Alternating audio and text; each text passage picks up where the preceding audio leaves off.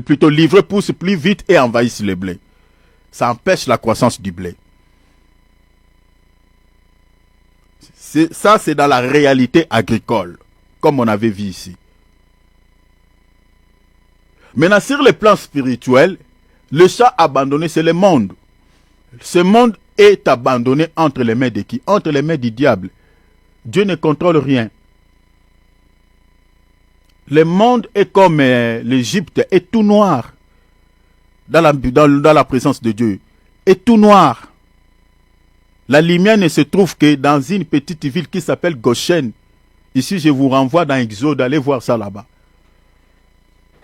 Parce que tout commence là-bas, dans l'ombre. C'est ça l'image de ce monde. Tous les pays d'Égypte est tout noir, est dans le noir. Parce que c'est Pharaon qui règne. C'est les ténèbres. La lumière ne se trouve qu'à Goshen. Et Goshen, ici, je parle de l'église. Parce que l'église est comparable à une ville qui est située sur une montagne. Mais maintenant, la présence des ivraie sont en grand nombre que la présence du blé ou la présence des bonnes personnes. Les gens qui sont dans l'occultisme, les gens qui sont dans la sorcellerie, mes bien-aimés, sont plusieurs que vous ne pourrez imaginer. Sont plusieurs. Sont plusieurs. Souvent, on ne les détecte pas si facilement. Pourquoi? Parce que l'hypocrisie et la ruse, c'est aussi leur sémence. Ils se cachent. Je nous avais donné un exemple tellement clair. Si vous voulez comprendre comment c'est fait que ces gens-là soient plusieurs, que les enfants de Dieu soient plusieurs que de bonnes personnes. Je vous avais donné quelques exemples seulement. Dans des endroits que moi et toi nous connaissons. Entre autres, les partis politiques. Vérifiez dans nos partis politiques, là au Sénat, dans nos assemblées nationales. Cherchez un politicien chrétien. Peut-être vous ne trouverez pas. Il n'y en a pas. La majorité sont dans la franc-maçonnerie, les Illuminati sont dans ça. Et toutes les personnes qui pratiquent ces choses, qui sont dans ces confréries, sont des ivraie, sont dans la sorcellerie. La franc-maçonnerie, c'est la sorcellerie. L'Illuminati, c'est la sorcellerie, ils sont des sorciers. Les politiciens qui dirigent ce monde, la majorité sont dans ça. Allez dans les universités, la majorité des professeurs qui dispensent le cours à nos enfants. La majorité, surtout là-bas, n'en parlons même pas. N'en parlons pas. La majorité des professeurs des universités, la majorité sont des Illuminati, sont des sorciers, sont dans l'occultisme. La majorité. Il y a des exceptions, bien évidemment, mais rare de trouver un professeur de l'université chrétienne. Il y en a, mais c'est rare. Et c'est rare.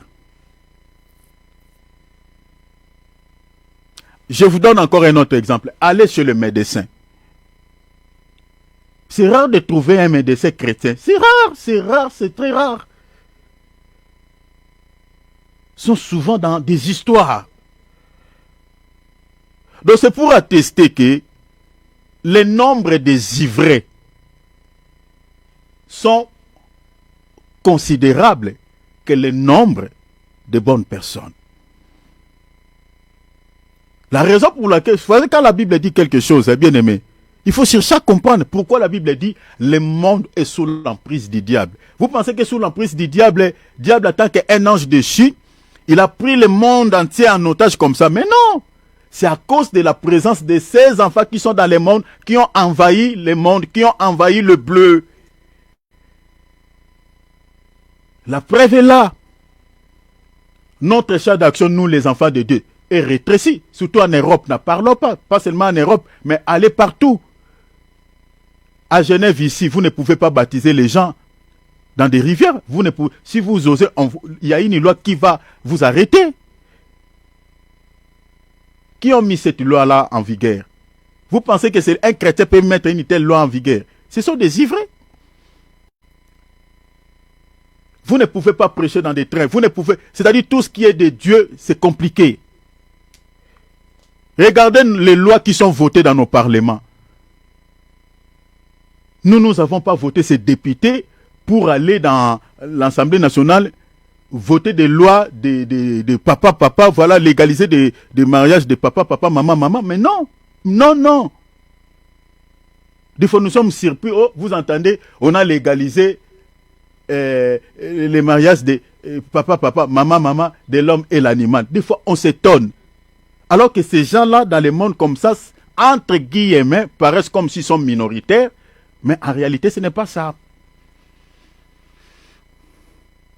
Donc, tous ceux-ci sont allés là-bas pour nous dire que, chers enfants de Dieu, cette année, ne sois pas un chrétien sentimental. Regarde les gens qui te côtoient, regarde les gens qui t'accompagnent dans la vie. Parce que la sorcellerie, ce n'est pas, d'abord, ce n'est pas en fait, je peux dire, une personne sorcière, vous ne pouvez pas les repérer ou les détecter physiquement comme ça. La sorcellerie, c'est l'état de l'esprit, c'est l'état du cœur, c'est l'âme. Physiquement, il peut être une personne bien, une personne qui pose des bons actes, entre guillemets, je dis. Mais en réalité, il ne pose pas de bons actes pour, voilà, parce qu'il t'aime. Mais non, c'est juste pour cacher sa sémence. Mais la Bible dit, comme on avait lu dans Proverbe, dans son cœur, il prépare un jour un coup, où il va te mettre par terre. Ces gens-là dans ce monde, ils se connaissent bien. Donc soyez prudents. La raison pour laquelle dans Matthieu chapitre 10, verset 16, le Seigneur dit, je vous envoie comme des brebis au milieu. Donc quand on dit au milieu des loups, c'est-à-dire vous êtes encerclés. Vous êtes assiégés. Est-ce que vous voyez? Au milieu des loups. Donc le but de ce que nous sommes en train de faire comme enseignement ici, c'est de pouvoir vous aider à ne pas être mal accompagné cette année. Regardez les signes de cet ami-là qui t'accompagne dans la vie. Observez son comportement. Priez aussi Dieu, que le Seigneur puisse te révéler aussi son état d'âme. C'est important. Et je vous parle des choses parce que nous sommes victimes nous sommes victimes. Hein? Donc je n'aimerais pas dire certaines choses, mais nous sommes victimes de la part de ces gens. Nous sommes victimes de la part de ces gens. Soyez prudents. Alors, il y a au moins 25 signes. Parmi ces signes, le premier signe, nous avons dit que c'est la haine, le manque du pardon, la division, l'inimitié ou l'ennemi, l'amertume et la vengeance. Ça, ce sont les 6 premiers signes que nous sommes en train d'aborder. La haine dont on parle ici, je vous avais expliqué ça, donc j'aurais du mal à répéter. C'est une haine violente, une haine éternelle, une haine persistante. Donc ça ne se ressemble pas à la haine, comme j'avais dit, d'une femme peut éprouver envers son mari quand tu vois des photos d'une autre femme sur son tête, tout ça. Ça, ce n'est pas la haine là. Cette haine-là peut être guérie. Mais la haine d'un sorcier ne peut jamais être guérie. C'est une haine éternelle. Je vous avais donné des versets bibliques par rapport à cela. La division. Il pardonne. Deuxième signe, le manque du pardon. Il refuse de pardonner pour créer quoi? Pour créer la division. Il peut faire semblant que voilà de te pardonner, mais dans son cœur, il sait qu'il ne te pardonne pas. La preuve est qu'un jour, il te rappellera le mal que tu lui avais fait. Si tu pèches contre lui encore à nouveau, il va te rappeler le mal que tu lui avais fait. Donc, pour dire ainsi qu'il ne t'a jamais pardonné. Donc, le manque du pardon, c'est ça ce qui donne naissance à la division. La division donne naissance à l'inimitié, l'ennemi.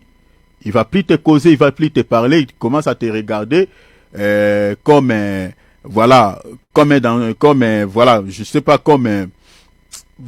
ennemi en un mot. Et l'inimitié crée l'amertume. Donc nous sommes attelés là, donc je vais parler de l'amertume. Mais je vais faire une récapitulation par rapport à ce que j'avais dit au sujet de l'amertume. J'avais dit ceci. Dans la Bible, nous avons deux types d'amertume. Il ne faut pas confondre l'amertume que nous sommes en train de parler ici, qui est née par le manque de pardon. Il ne faut pas les confondre, s'il vous plaît. Je vous donnerai aussi des textes. Nous avons une amertume dans la Bible qui est née par les épreuves, par les difficultés que le Seigneur nous impose dans la vie chrétienne, certaines souffrances de la vie chrétienne. Cette amertume-là, elle est la bonne, parce qu'elle est née par des différentes épreuves que le Seigneur nous impose dans la vie chrétienne. Parce que la vie chrétienne, c'est une vie des épreuves. Et pendant que le Seigneur te passe dans la vallée de l'ombre et de la mort, ton cœur ne sera pas dans la joie. Ton cœur sera triste. Donc quand un chrétien est en train de traverser des moments difficiles, ne venez pas lui dire comment toi tu n'es pas dans la joie. Souvent, bon, dans les cas d'exhortation, on encourage toujours. Mais vous ne pouvez pas lui forcer d'être dans la joie. Parce que les épreuves de la vie chrétienne rendent les cœurs amers. Je suis dans 1 Pierre chapitre 1 verset 6 à 7. La Bible dit, c'est ça ce qui fait votre joie. Il faut que vous soyez attristés. Attristés par quoi? Par des différentes épreuves. Vous voyez? Donc les épreuves rendent les cœurs tristes. Notre sœur Naomi, il avait aussi connu cela. Donc, là, cette amertume-là, elle est la bonne parce qu'elle est née par les épreuves que le Seigneur t'a imposées. La sœur Anne avait connu cette amertume. Si vous lisez dans 1 Samuel chapitre 1 verset 10 à 11, vous allez voir que la Bible parle de l'amertume qui était dans les cœurs de notre sœur Anne. Cette amertume était née suite au problème qu'elle avait, cette dernière, le problème de la maternité. Vous voyez, c'est ça ce qui avait créé cette amertume dans son cœur. Donc, allez-y dans 1 Samuel chapitre 1 verset 10 à 11. Et puis Job aussi avait connu aussi cette amertume. Donc, si vous lisez dans Job chapitre 7 verset 11, donc vous connaissez ce que Job avait enduré dans sa vie. Donc c'est normal que Job, dans son cœur, puisse ressentir l'amertume. La sœur Naomi, lorsqu'elle avait perdu son mari et ses enfants, quand les gens sont venus pour l'accueillir, il dit non, ne m'appelle plus Naomi, appelle-moi cette fois-ci Mara. Parce que le Tout-Puissant remplit mon cœur de l'amertume. Parce qu'elle avait perdu tout ce qu'elle avait. Notre bien-aimé Jérémie, le prophète, lui aussi l'a connu cela dans sa vie. La raison pour laquelle il a même écrit Lamentation. Vous voyez déjà Lamentation de quelqu'un qui s'est lamenté. Il plairait beaucoup. Donc, allez dans Lamentation même 3, 19 à 24. Donc, vous voyez que tous ces passages que je vous ai donnés nous montrent qu'il y a l'amertume aussi qui est née, une amertume qui existe, mais qui est née suite aux épreuves, suite aux souffrances ou aux difficultés de la vie chrétienne que le Seigneur nous impose. Donc ne confondez pas cette amertume à celle que nous sommes en train de parler, qui est née par le manque de pardon. Alors, je dis que le manque de pardon est à l'origine de l'amertume en tant que mauvaise racine. Soulignez cela. Le manque de pardon est à l'origine de l'amertume en tant que mauvaise racine. Nous avons souligné lors de notre dernière intervention que le refus de pardonner de la part des sorciers, suivez-moi ici très bien, le refus de pardonner de la part des personnes que nous appelons des sorciers est utilisé comme un moyen, vous comprenez, un moyen pour engendrer quoi? Engendrer des problèmes tels que les conflits, les disputes, les divisions, les inimités et l'amertume. Donc ces gens-là refusent de pardonner pour pouvoir créer tous ces problèmes que je vous ai cités là. Donc ils refusent de pardonner, mes bien-aimés, pour manifester tous ces fruits de la chair. créer des conflits, des disputes, des tensions, des divisions, les ennemis, l'inimitié et l'amertume. La raison pour laquelle un sorcier refuse de pardonner. Il refuse pour cette raison-là, manifester certains fruits de la chair. Parce que c'est ça ce qui fait leur force. Lisons une écriture.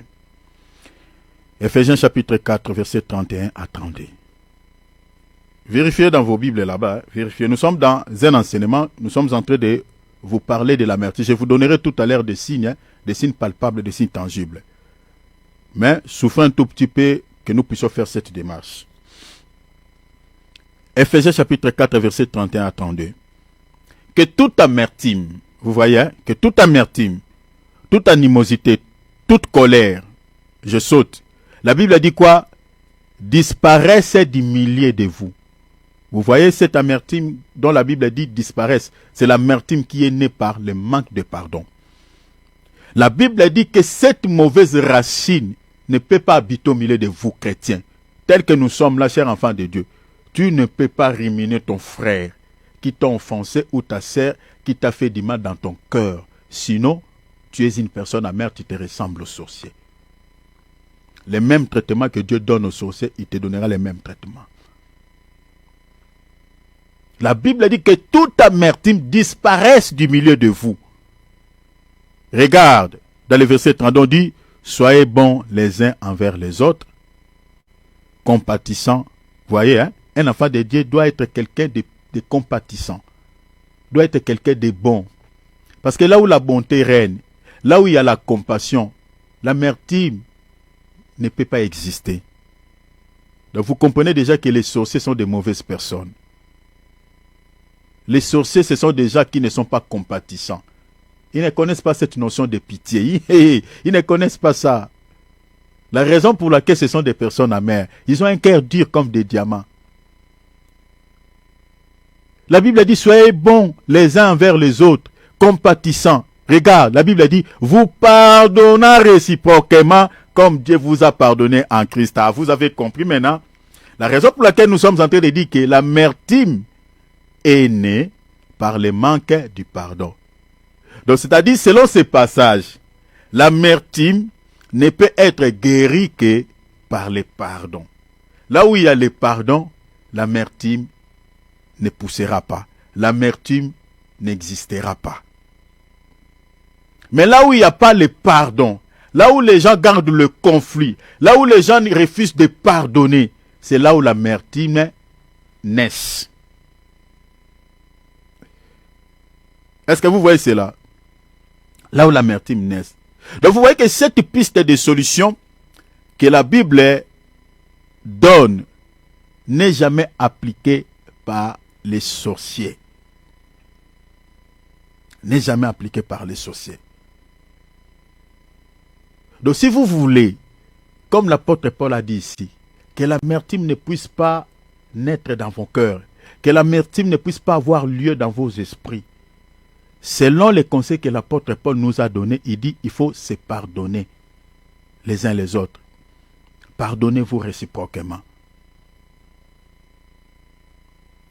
C'est une piste de solution pour guérir l'amertume. Maintenant, cette piste de solution, les sorciers ne les respectent pas. Ça ne les concerne pas. Elles préfèrent vivre dans l'amertume. Ce qui leur donne les moyens de faire quoi? Les moyens d'opérer avec les esprits impurs qui travaillent en connivence avec eux. Vous voyez, la raison pour laquelle ils refusent de pardonner pour opérer avec ces démons. Parce que les diables et les démons aiment là où il y a le fruit de la chair. Travaillent là où il y a le fruit de la chair. Je suis ici dans Galates chapitre 5 verset 19. Donc un sorcier, si un sorcier commence à pardonner, ouvre son cœur, d'ailleurs c'est impossible, parce que dans sa nature il ne peut pas. Mais s'il essaye quand même de pardonner vraiment de tout son cœur, les esprits qui travaillent avec lui vont se débarrasser de lui. D'ailleurs dans leur monde on va les punir comme pas possible. Et déjà dans leur nature maléfique, celle de Satan, Le pardon n'existe pas. Dans leur esprit n'existe pas. Dans leur nature n'existe pas. C'est ça ce qui leur donne les moyens ou la force de travailler, d'opérer avec les démons, avec les esprits, et puis qui travaillent en connivence avec eux.